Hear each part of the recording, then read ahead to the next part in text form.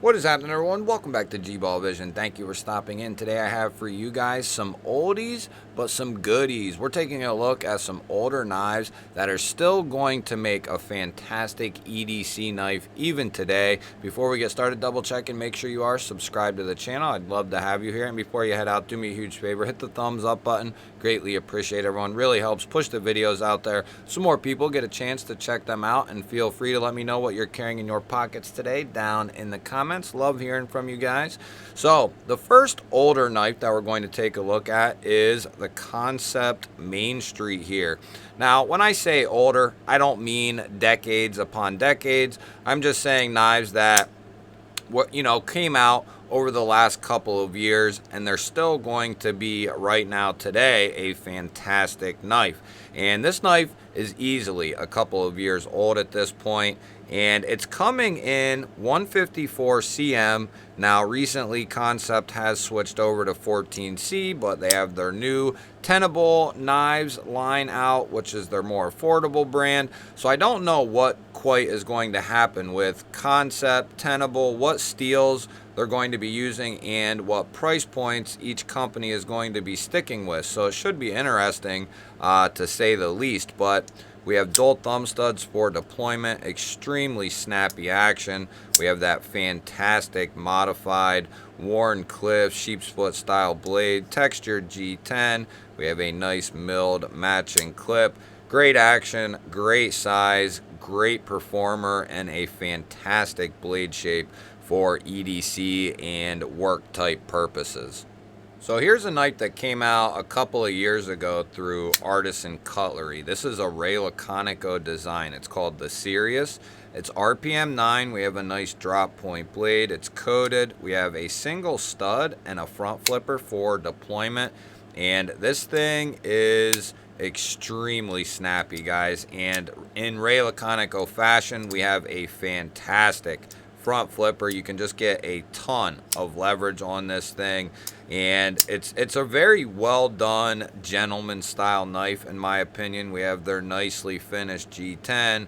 We have a bronzed pivot collar there on both sides, nice milled clip, just a slender profile, good size. And these are going to be relatively very affordable, but still going to make a fantastic EDC knife in its given price point. The original Civivi bow. This is the original version that I know of. I've had this for a couple of years. It's a Brad Zinker design. I believe Nitro V. Yep, Nitro V is the steel on this guy. Nice drop point blade. Some sort of bead blast or sand blast, it looks like anyway. Kind of has a tumble to it though, doesn't it? Kind of looks like maybe their blasted tumble finish.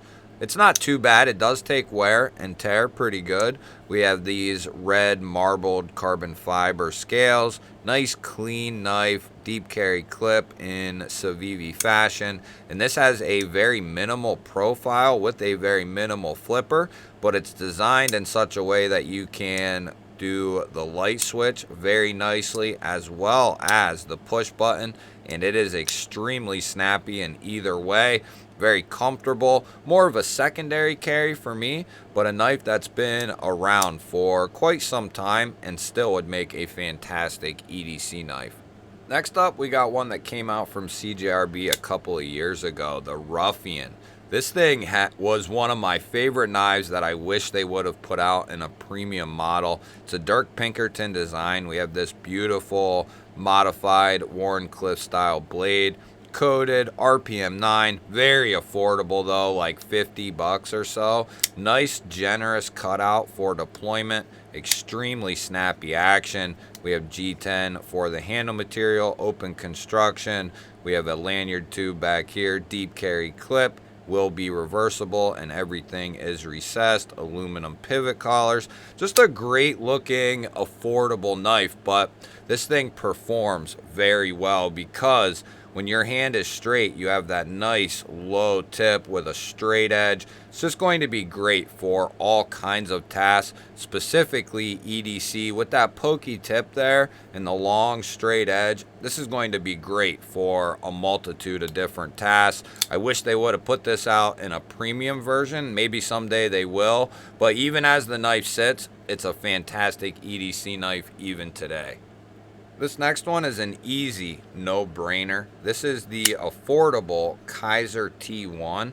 Fantastic knife, guys. The only thing that I wish they would have done differently with this knife, instead of giving us their shiny PVD, which I don't mind it, this knife would have been perfect with their black washed finish that they do. It's a fantastic finish, and I would prefer it to this. But even as it sits with the shiny PVD, it does hold up pretty damn well, I have to say. This is coming in 154 cm. Beautiful drop point blade, dual thumb studs for the deployment, extremely snappy, crazy good closing action, nice and controlled, nice and smooth. Some of the best micarta in the entire game is used right here on the T1. Just some fantastic stuff. Smooth, grippy, fuzzy, all the things you want to see out of your micarta.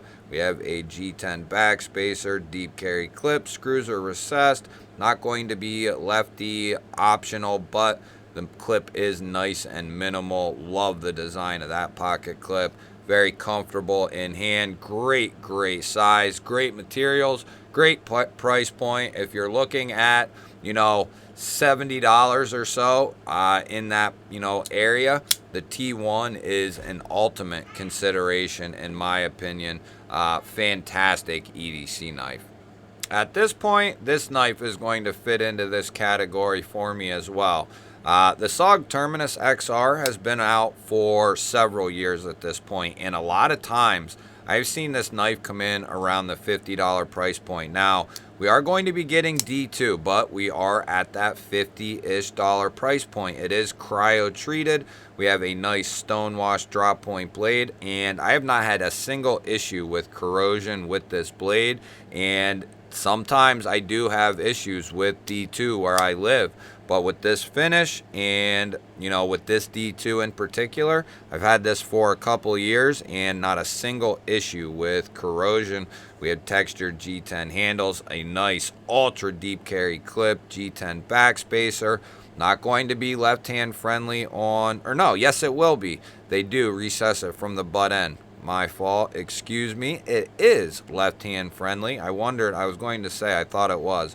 And it is. The XR lock works extremely well. I love the tabs that they use. I think that is the way. I don't mind, the normal crossbar locking style tabs, but I think I much prefer these style of tabs. They're just way more comfortable, way more surface area to grab a hold of. It's just a lot easier, a lot more comfortable, and they did a fantastic job with the springs in this knife. It is extremely snappy with the studs and the rear flipper. Multiple ways of deployment. Great price tag. Good size as well. This is going to be in a lot of people's wheelhouses. It's a mid-size. It's not too small, not too big. Going to be plenty for most people, and I think this is a fantastic knife and has proven to be so.